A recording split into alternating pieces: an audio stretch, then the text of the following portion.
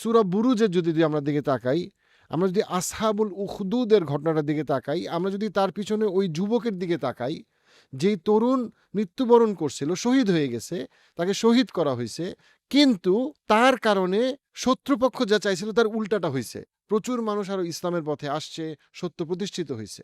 আবার আমরা যদি সূরা ইয়াসিনে তাকাই, আমরা দেখব যেখানে বলা হয়েছে যে একজন তরুণের কথা।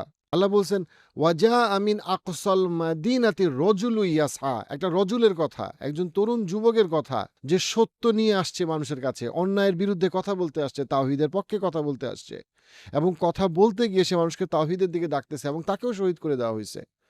আপনি দেখেন সূরা কাহাফের দিকে তাকান, আপনি দেখবেন যে একদল যুবক তরুণ যাকে হত্যা করার চেষ্টা করা হচ্ছে, এবং তারা বুঝতেছে না কি করবে, তখন তারা একটা গুহার মধ্যে গিয়ে ঢুকলো এবং আল্লাহ তাদেরকে প্রোটেক্ট করলো। তারপরে কয়েক প্রজন্ম পরে তারা আবার ফেরত আসলো, যেন ওই গুহাটা একটা টাইম মেশিনের মতো। আল্লাহ আযজা ওয়া জাল্লা আমাদেরকে দেখাচ্ছেন যে তারা প্রোটেকশনের জন্য সত্য খুঁজতে কোথাও সত্য নিয়ে বেঁচে থাকতে পারতেছে না, সত্য দিন নিয়ে তাদেরকে ওই গুহার মধ্যে থাকতে হইতেছে। মানে এত পাওয়ারফুল এক্সাম্পলগুলা। এখন ওসমান হাদির সুবিচার এবং তাকে তার প্রাপ্য পুরস্কার আল্লাহ আযজা ওয়া জাল্লা দিবেন। তার জীবনের সত্য মিথ্যা গোপন কথা শুধুমাত্র আল্লাহ আযজা ওয়া জাল্লা জানেন, আমরা জানি না। আমরা সাধারণ মানুষ, আমরা বাইরে থেকে যতটুকু দেখি, আমরা তার সাহস, আমরা তার বুদ্ধিদীপ্ত উত্তর, এবং আমরা তার সত্যের পক্ষে দাঁড়ানোর জন্য মৃত্যুকে ভয় না পাওয়ার যে সাহসিকতা, সেটা প্রশংসা কে করবে না? দেখেন, সে কিন্তু ক্রিটিসাইজ করছে কাকে? সে হুজুরদেরকেও ক্রিটিসাইজ করছে, আওয়ামী লীগের বিরুদ্ধে দাঁড়াইছে, বিএনপিকে ক্রিটিসাইজ করছে, সে সবারই ক্রিটিসাইজ করছে।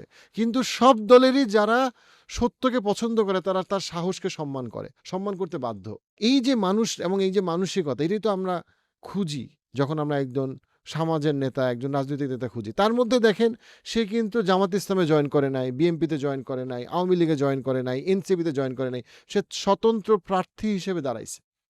খুবই সিগনিফিকেন্ট বিষয়টা, যে দেখেন আল্লাহ আযজা ওয়া জাল্লার একটা পরিকল্পনা আছে, ওনার পরিকল্পনা উনি সবচেয়ে ভালো জানেন। বাংলাদেশের মানুষ দিনের পর দিন বলবে যে একদিন আমি ওসমান হাদির মতো বাঁচবো, এই স্বপ্ন আমি দেখি। সে এমনভাবে উজ্জীবিত করে গেছে, এবং তাকে মানুষ তার একটা রোল মডেল হিসেবে, রেফারেন্স পয়েন্ট হিসেবে দেখবে, অন্যদেরকে তুলনা করবে, তুমি কি কোনোদিন তার মতো হইতে পারবা? এই তরুণ ছেলেটা বাংলাদেশের একটা হারকিউলিসের মতো, একটা সাহসের দিক থেকে হারকিউলিসের মতো একটা আইকন, যে আইকনটা সে হইতে পারতো না, হয়তো হইতে পারতো না, যদি সে আরো 50 বছর বাংলাদেশের রাজনীতির দুনিয়ার নোংরামির মধ্যে সে সরব থাকতে চাইতো। হয়তো অনেক নোংরামি তাকে স্পর্শ করতো, অনেক কলঙ্ক তাকে স্পর্শ করতো, যেটা থেকে আল্লাহ তাকে হয়তো রক্ষা করতেছে মৃত্যু নামের পর্দাটা দিয়ে। কিন্তু শহীদরা তো মারা যায় না। কোরআন হাদিস থেকে আমরা জানি যে শহীদরা জান্নাতে কিভাবে থাকবে। আপনি যদি আমেরিকার চিন্তা করেন, অনেকে বলে ও বাংলাদেশে খালি এসব গোলাগুলি সম্ভব। ভাইয়া, খুব ইন্টারেস্টিং। 1965 এ ম্যালকম এক্সকে গুলি করা হইল, 1968 এ কেনেডিকে গুলি করা হইল, 1968 এ মার্কিন লুথার কিংকে গুলি করা হইল। এবং দেখেন, পার্টিকুলারলি মার্কিন লুথার কিং এবং ম্যালকম এক্সের ক্ষেত্রে না বললেই না, শত্রুপক্ষ বা হোয়াইট সুপ্রিমিস্টরা যেই কারণে তাকে গুলি করে মারছে, ডেফিনেটলি আমেরিকাতে সুবিচার হয়নি, কারণ আমেরিকাতে বেশিরভাগ ক্ষেত্রেই হাই প্রোফাইল কিলিংয়ে সুবিচার হয় না। তো সেই জায়গাটা থেকে দেখেন, কিন্তু আল্লাহর পরিকল্পনা দেখেন, আমেরিকার মতো জায়গায় যেখানে রেসিজম ওই সময় এত বেশি ছিল, আফ্রিকান আমেরিকান এবং পার্টিকুলারলি মুসলিম কমিউনিটির দুই আইকন, আফ্রিকান আমেরিকান কমিউনিটির আইকন এবং মুসলিম আমেরিকান কমিউনিটির আইকন, একটা হচ্ছে ম্যালকম এক্স, আর একটা হচ্ছে মার্কিন লুথার কিং। ওনারা কিভাবে হিস্ট্রি বদলাই দিয়েছে আমেরিকার ক্ষেত্রে।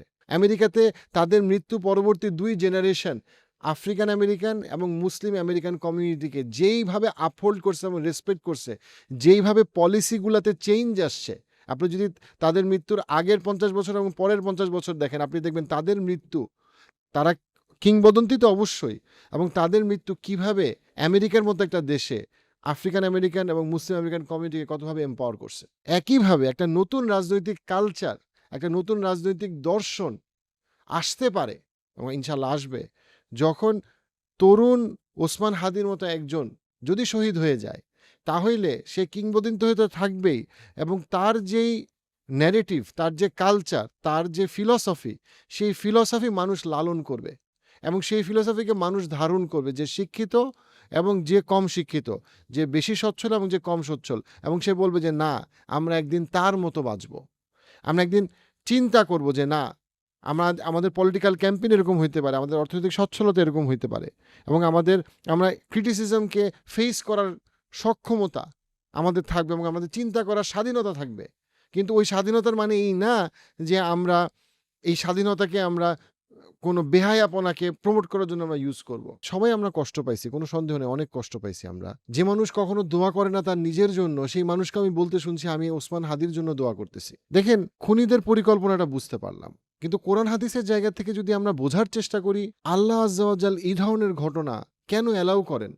আমরা তো জানি আল্লাহ আজ্জা ওয়া জালের অনুমতি ছাড়া একটা গাছের পাতাও নড়ে না। তাহলে আল্লাহ আজ্জা ওয়া জালের কেন এই ধরনের ঘটনা অ্যালাউ করেন, কেন করলেন, এটা আমরা জানবো না কখনো, কিয়ামতের দিনে আমরা জানবো। কিন্তু যদি আমরা কোরআন হাদিসের দিকে তাকাই, আমরা যদি ইসলামিক ইতিহাসের দিকে তাকাই, আমরা অসাধারণ কিছু বিষয় জানতে পারবো যেটা আমাদের জানাটা খুব দরকার। বোঝার চেষ্টা করি আমরা যে ওসমান হাদি যদি বেঁচে থাকতেন, স্বাভাবিক জীবনযাপন করতেন আরো 30 বছর, যদি এরকম কোনো ঘটনা না ঘটতো, এমন কি হইতে পারতো না আমাদের পলিটিক্যাল কালচারে তাকে নারী কেলেঙ্কারিতে জড়ানো হইতো, তাকে অর্থ কেলেঙ্কারিতে জড়ানো হইতো, তাকে রাজনৈতিক কোনো একটা দুর্নামের সাথে তাকে জড়ানো হইতো, এবং তার যত বয়স হইতো তার জনপ্রিয়তা কমতে থাকতো, তাকে মানুষ অপছন্দ করত। এবং এই ঘটনাকে আমরা অনেক ক্ষেত্রে, আমরা জুলাই পরবর্তী অনেকের ক্ষেত্রে দেখে নেই যে অনেক তরুণকে মানুষ ইদার সন্দেহ করে, খারাপ অভিযোগ তুলে, অথবা তারা আসলে বিভিন্ন খারাপ জিনিসের সাথে জড়াই গেছে। আমরা সত্য মিথ্যা জানি না। আপনি যখনই লম্বা সময় বাংলাদেশের মতো জায়গায় রাজনীতি করতে যাবেন, আপনার ইমেজে অনেক রকম কালিমা লাগবে। কিছু কিছু ক্ষেত্রে আপনি সেটা আসলে খারাপ কাজ করছেন, আকাম কুকাম করছেন, এই জন্য কখনো কখনো আপনি পরিস্থিতির শিকার, আর কখনো কখনো আপনি সিম্পলি আপনাকে বিভিন্ন রকম অভিযোগ এত জোরালোভাবে এতবার দেওয়া হবে যে মানুষ মনে করবে হ্যাঁ এই লোকটা তো আসলে খারাপ। কিন্তু ওসমান হাদির ক্ষেত্রে দেখেন, ওসমান হাদি যেই সময়ে আক্রমণের শিকার হয় সেই দিন পর্যন্ত তার ইমেজটা দেখেন, কোনো নারী কেলেঙ্কারি নাই, কোনো অর্থ কেলেঙ্কারি নাই, তার বিরুদ্ধে কোনো শক্ত অভিযোগ নাই, তার বিরুদ্ধে কোনো জঙ্গি মদতদাতার নামে কোনো এরকম কোনো অভিযোগ নাই, যে অভিযোগগুলো তার বিরুদ্ধে ফিউচারে করা হইতে পারতো এবং হইছে। মানে গত 50 বছরের বাংলাদেশের রাজনৈতিক ইতিহাস বা পৃথিবীর রাজনৈতিক ইতিহাস তাই বলে, শত্রুপক্ষ স্থির থাকতো না, তাকে কোনো না কোনো কালিমায় দিত। আমরা হাদিস থেকে জানি রাসূলুল্লাহ সাল্লাল্লাহু আলাইহি ওয়াসাল্লাম আমাদেরকে বলেছেন যে মুমিন ব্যক্তির জন্য মৃত্যু একটা বড় পুরস্কার, একটা বড় পুরস্কার, মূল্যবান পুরস্কার। তো সেই জায়গাটা থেকে যে শহীদ, তার ব্যাপারে তো সে তো ইমিডিয়েটলি সে জান্নাতে যাবে। দেখেন, তার মৃত্যুটা তাকে কিংবদন্তি করবে। এই জেনারেশনে কিংবদন্তি নাই। এই জেনারেশনের মানুষ যারা না 1990 পরবর্তী জন্মগ্রহণ করছে, যে বিরাট একটা ভোটার এবার প্রথম ভোট কেন্দ্রে যাবে, তারা কিন্তু জিয়াউর রহমানকে দেখে নাই, অনেক কিংবদন্তিকে তারা দেখে নাই, তারা ডক্টর মোহাম্মদ শহীদুল্লাহকে দেখে নাই। তাদের কাছে ওসমান হাদি অন্যায়ের বিরুদ্ধে দাঁড়ানোর একটা কিংবদন্তি, একটা জোরালো কণ্ঠস্বর। তারা কাজী নজরুল ইসলামের কবিতা তেমন একটা কখনো পড়ে নাই, কিন্তু তারা যখন ওসমান হাদির কণ্ঠে কাজী নজরুল ইসলামের কবিতাটা শুনছে, তারা তখন এটাকে রিলেট করতে পারছে, তারা একটা আইকন দাঁড়া করাইতে পারছে। ওসমান হাদি বিশাল শিক্ষিত ছেলে না, ওসমান হাদির কোনো পিএইচডি ডিগ্রি নাই, কোনো প্রফেসর না, কোনো বড় লোকের ছেলেমেয়ে না, কিন্তু সে বাংলাদেশকে এমনভাবে রিপ্রেজেন্ট করছে যে রিপ্রেজেন্টেশনটা বাংলাদেশের ছেলেমেয়েরা খুঁজতো কিন্তু পাইতো না। তারা একটা আইকন খুঁজতো কিন্তু তারা পাইতো না, তারা এখন পাইলো। যদি ওসমান হাদি বেঁচে থাকতো, হয়তো সে বিভিন্ন সত্য মিথ্যা নানা রকম কিছুতে তাতে কলঙ্কিত করা হইতো। সেই জায়গাটা থেকে আমি দৃঢ়ভাবে বিশ্বাস করি যেন আল্লাহ তাকে শহীদ হিসাবে কবুল করুক।